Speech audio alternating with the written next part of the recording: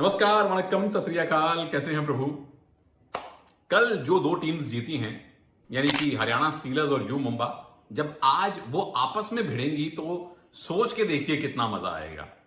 और ये भी सोचिए, अगर मैं आपको ये बताऊं कि आप विश्वास करेंगे कि हमारी भारतीय कबड्डी के लेजेंड अनूप कुमार ने एक समय कबड्डी छोड़ने का फैसला कर लिया था, खेती करने का फैसला कर लिया था।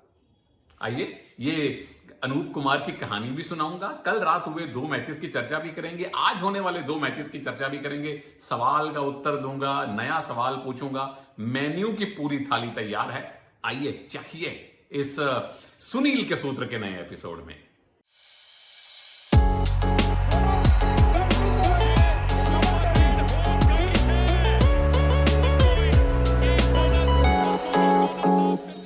तो पहला मजमून, कल के दो मैचेस। सबसे पहले यू मुंबा और यूपी योद्धास का मैच क्लास हुआ था। एक समय ऐसा था जब यूपी योद्धा मैच में थोड़े से बेहतर दिख रहे थे, पर फिर दो सब्स्टिट्यूशंस, एक तो एम धनासेकर और दूसरे रोहित राघव, जो सुपर सब बन रहे हैं अब यू मुंबा के लिए, दोनों ने आके अंत में गेम को आखिरी 8-10 मिनट्स में यू मुंबा की तरफ झुका दिया। तो वेल्डन है। साथ में उतना ही वेल्डन सुनील प्रवेश की जोड़ी के लिए भी।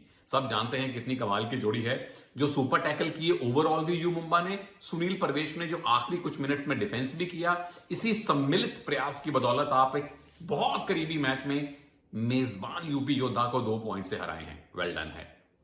दूसरे मैच में फिर वही कहानी, लगातार 2 बार ये मैचेस हुए हैं, हरियाणा बनाम गुजरात, फिर हरियाणा बनाम गुजरात। पिछली बार 35-23 से हराया था, कल रात 39-23 से हराया है। बड़े बड़े मार्जिन से 2 बार मनप्रीत सिंह की टीम ने राम मेहर जी की टीम को हराया है, जहां डिफेंस ने काम किया। राहुल सेठपाल, कमाल का डिफेंस है भाई, 8 टैकल पॉइंट। शादलू की वो सुपर रेड, साथ में 4 टैकल पॉइंट। मतलब आखिरी 10-15 मिनट में तो मजाक बन गया था मैच का। हरियाणा को वेल्डन है। गुजरात के लिए हम सब उम्मीद करते हैं कि वापस निकलें इस गड्ढे से, ऊपर जाइए। टीम आपकी बहुत कमाल की है। अगले मजमून पे चलते हैं। आज जो 2 मैचेस होने वाले हैं, सबसे पहले यही गुजरात की टीम पटना पायरेट्स से खेलने वाली है। तो गुजरात ने अब तक 7 मैच खेले हैं, 1 ही जीता है और 6 हारे हैं, और लगातार 6 हारे हैं। कल भी हारे, उससे पहले भी हरियाणा से हारे। पटना पायरेट्स पिछले 4 में से 3 मैच जीते हैं, टोटल भी 7 में से 4 मैच जीते हैं। पिछले मैच में बहुत तगड़ी जयपुर पिंक पैंथर्स को आपने हराया, तो उसके लिए आपको शाबाशी है। अब इस मैच की कहानियां सुनिएगा, बड़ी प्यारी प्यारी कहानियां हैं। नंबर 1, ये राम मेहर सिंह डर्बी है। पटना पायरेट्स के साथ Ram Mehar Singh as a chief coach भी जुड़े रहे हैं, और एज अ स्ट्रेटेजिस्ट भी। वो बेंच पे नहीं होते थे, लेकिन पहले 4 सीजन एज अ स्ट्रेटेजिस्ट लगातार वो पटना पायरेट्स के साथ रहे हैं। उसके बाद वो गुजरात में आ गए। नंबर 2, गुमान सिंह, नीरज, मोनू संधू, ये सब पहले पटना में थे, अब गुजरात में हैं अपनी पूर्व टीम के खिलाफ। नंबर 3, अरकम शेख, जो पटना पायरेट्स में हैं। इनका जो जब आगमन हुआ था प्रो कबड्डी में, तो गुजरात के कपड़ों में हुआ था। नंबर 4, जैंग कुन ली, खेले ना खेले हैं पटना के कैंप में, राम मेहर सिंह के विरुद्ध हैं, जिनके साथ ये लंबा टाइम खेले हैं। नंबर 5, ये सर्विसेज से संबंध रखने वाले 2 कोचेस का मुकाबला है। राम मेहर सिंह लंबे समय तक भारतीय सर्विसेज के साथ जुड़े रहे हैं और अब हरियाणा के स्पोर्ट्स विभाग में हैं। नरेंद्र रेडू अभी भी सर्विसेज में हैं, आर्मी में हैं। आगे चलिए, बैटल कहां होने वाली है। ये रेडर्स की टक्कर है। एक तरफ डीए साहब हैं, डीए यानी कि दिवांक और अयान, दोनों कमाल कर रहे हैं। दिवांक के कितने 87 रेड पॉइंट हैं और अयान के 50 से ज्यादा रेड पॉइंट हैं।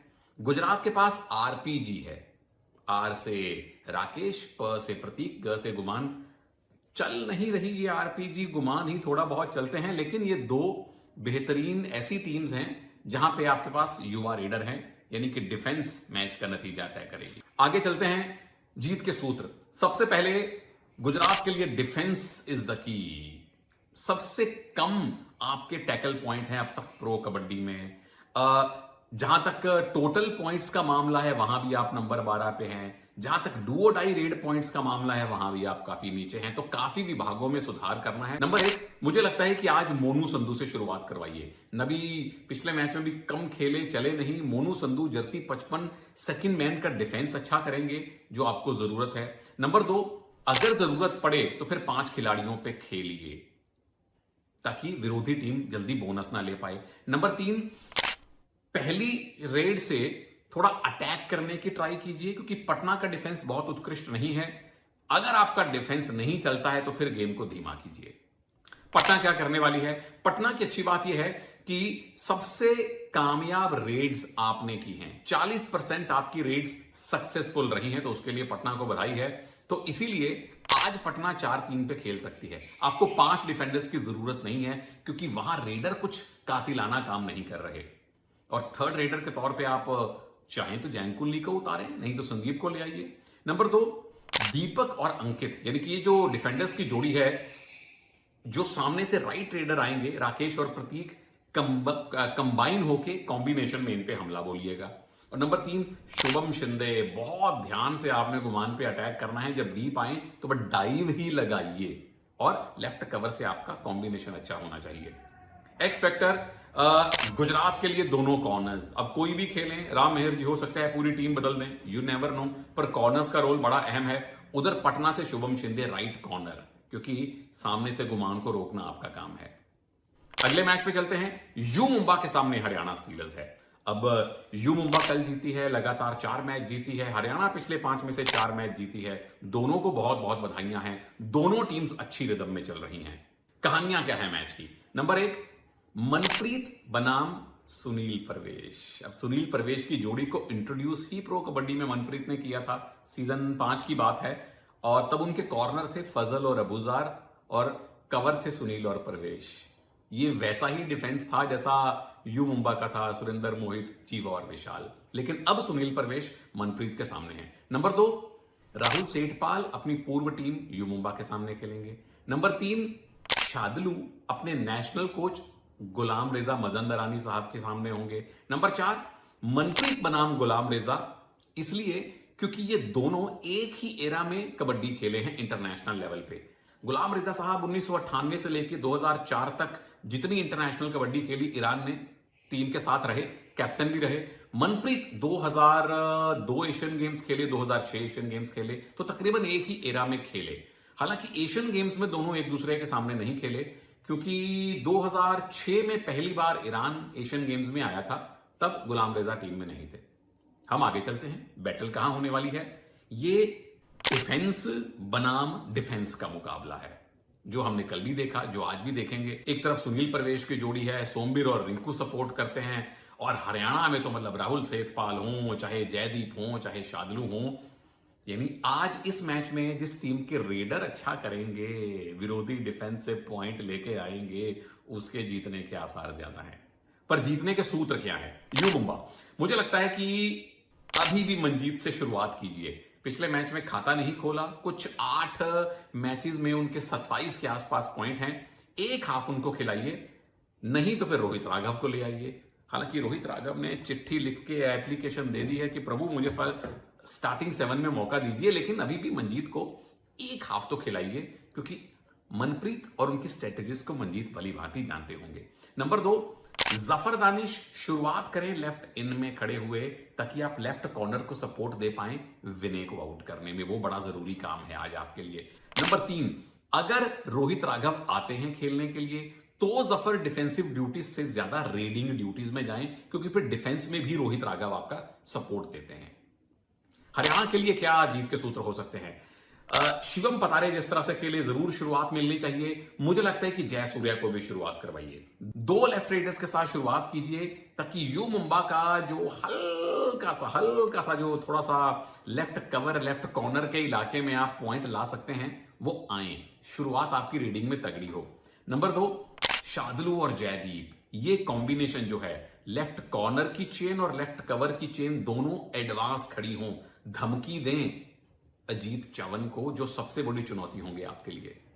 एक्स फैक्टर यू मुंबा की तरफ से जफर दानिश एक्स फैक्टर हो सकते हैं। एज एन ऑलराउंडर आपका रोल बहुत अहम रहेगा आज। और दूसरी टीम से विनय तेवतिया, क्योंकि पिछले मैच में बहुत बड़े पॉइंट नहीं आए थे, हरियाणा डिफेंस के दम पे जीती है, लेकिन अब सुनील परवेश के सामने विनय को पॉइंट लाने पड़ेंगे प्रभु। अच्छा, आप लोगों को क्या लाना पड़ेगा? आप लोगों से मैंने सवाल पूछा था, किस टीम के ओनर का और कभी ना कभी रहे उनके कोच का नाम एक जैसा है? इस बार मुझे काफी सही जवाब मिले, तो शाबाशियां, तालियां। टीम है तेलुगु टाइटंस, उनके ओनर का नाम है श्रीनिवास श्रीरमणी, और उनके कोच पिछले सीजन में थे श्रीनिवास रेड्डी लिंगमपल्ली, हमारे मित्र जो अब कमेंटेटर भी हैं। तो तालियां तालियां तालियां। सार्थक, देवांशी, रोशन, सुजाता और यश और बहुत से आपके जो मित्र हैं और हमारे प्रभु लोग जिन्होंने सही उत्तर दिया, तो सबको बहुत बहुत वेल डन। तो आज का सवाल यह है प्रभु लोग, एक बार मैंने कोचेस का सवाल पूछा था, फिर से पूछता हूं। पिछली बार मैंने पूछा था कि 2 कोचेस जिनके नाम तकरीबन एक जैसे हैं, आज तकरीबन नहीं है। 2 कोचेस जिनके नाम एग्जैक्ट एक जैसे हैं, जो अलग अलग टीम्स के कोच रहे हैं। मतलब अगर मान लीजिए किसी का नाम राम सिंह है तो दूसरे का नाम भी राम सिंह ही है। वहां ई भास्करन और के भास्करन का वो अंतर नहीं है। 2 कोचेस प्रो कबड्डी की 2 अलग अलग टीम्स के कोच रहे हैं, एग्जैक्ट सेम नाम वाले। नीचे कमेंट में बताइए। और अब सुनाता हूं आज की कहानी। कहानी के नायक हैं अनूप कुमार। वो अनूप कुमार जिनको जब मैंने पहली बार कबड्डी खेलते देखा, शुरुआती सीजन, पहले सीजन की बात है 2014 की, 2 मैच हुए, 3 मैच हुए, तो मुझे लगा यार ये टीम भी अच्छा करती है, पिछड़ती हुई वापस आती है, कैप्टन घबराता नहीं है। तो वहां से मैंने और हमारे साथियों ने मिलकर उनको नाम दिया कैप्टन कूल का, और वो नाम अनूप पर चिपक गया। लेकिन ये अनूप कुमार, कैप्टन कूल और बोनस के बादशाह रातों रात नहीं बने हैं। गुड़गांव में पलड़ा नाम का एक गांव है, मैं 1-2 बार जा चुका हूं, दोबारा भी आऊंगा अनूप भाई मिलने के लिए जल्दी। पलड़ा गुड़गांव से अनूप का संबंध है। स्कूल में कबड्डी खेलते थे, लेकिन उस समय कबड्डी इतनी बड़ी नहीं थी जितनी आज है। तो कबड्डी में करियर बनता नहीं दिख रहा था। अनूप ने कबड्डी छोड़ने का फैसला कर लिया था। पहले तो ये सोचा कि एथलेटिक्स में जाएंगे, इनफैक्ट एथलेटिक्स में गए भी थे, शायद हैमर थ्रो की प्रैक्टिस करते थे, स्प्रिंट्स भी लगाते थे। पिताजी पूछा करते थे कि भाई तुमने करना क्या है बड़े होके। रण सिंह यादव उनका नाम है। तो बहुत पशोपेश में थे अनूप, क्योंकि हमारे कबड्डी वाले या कोई भी स्पोर्ट्स पर्सन हो, पढ़ाई कम करते हैं तो खेलते ज्यादा हैं। तो फिर एक हमेशा दुविधा रहती है कि लाइफ में करेंगे क्या। कबड्डी छोड़ के एथलेटिक्स में अनूप कुछ महीने के लिए गए, पर वापस कबड्डी में आए और सोच लिया था कि अगर कबड्डी में कुछ नहीं बना तो फिर अपनी खेती करेंगे गांव में। लेकिन उनकी किस्मत अच्छी थी, सर्विसेज के सीआरपीएफ में उनको जॉब मिली। वहां उनको कोच साहब मिले अमर सिंह यादव, जिन्होंने अनूप को पहली बार तराशा, उनके स्किल्स को निखारा और फिर धीरे धीरे अनूप ने भारतीय कबड्डी टीम 2010 एशियन गेम्स में जगह बनाई। और 2010 का फाइनल ईरान के साथ था। पहले मिनट में कैप्टन राकेश कुमार को सर पे गंभीर चोट आई थी। पूरा मैच अनूप ने कैप्टनसी की और भारत को गोल्ड मेडल जितवाया। 2014 एशियन गेम्स भी खेले, तब तक प्रो कबड्डी आ चुकी थी।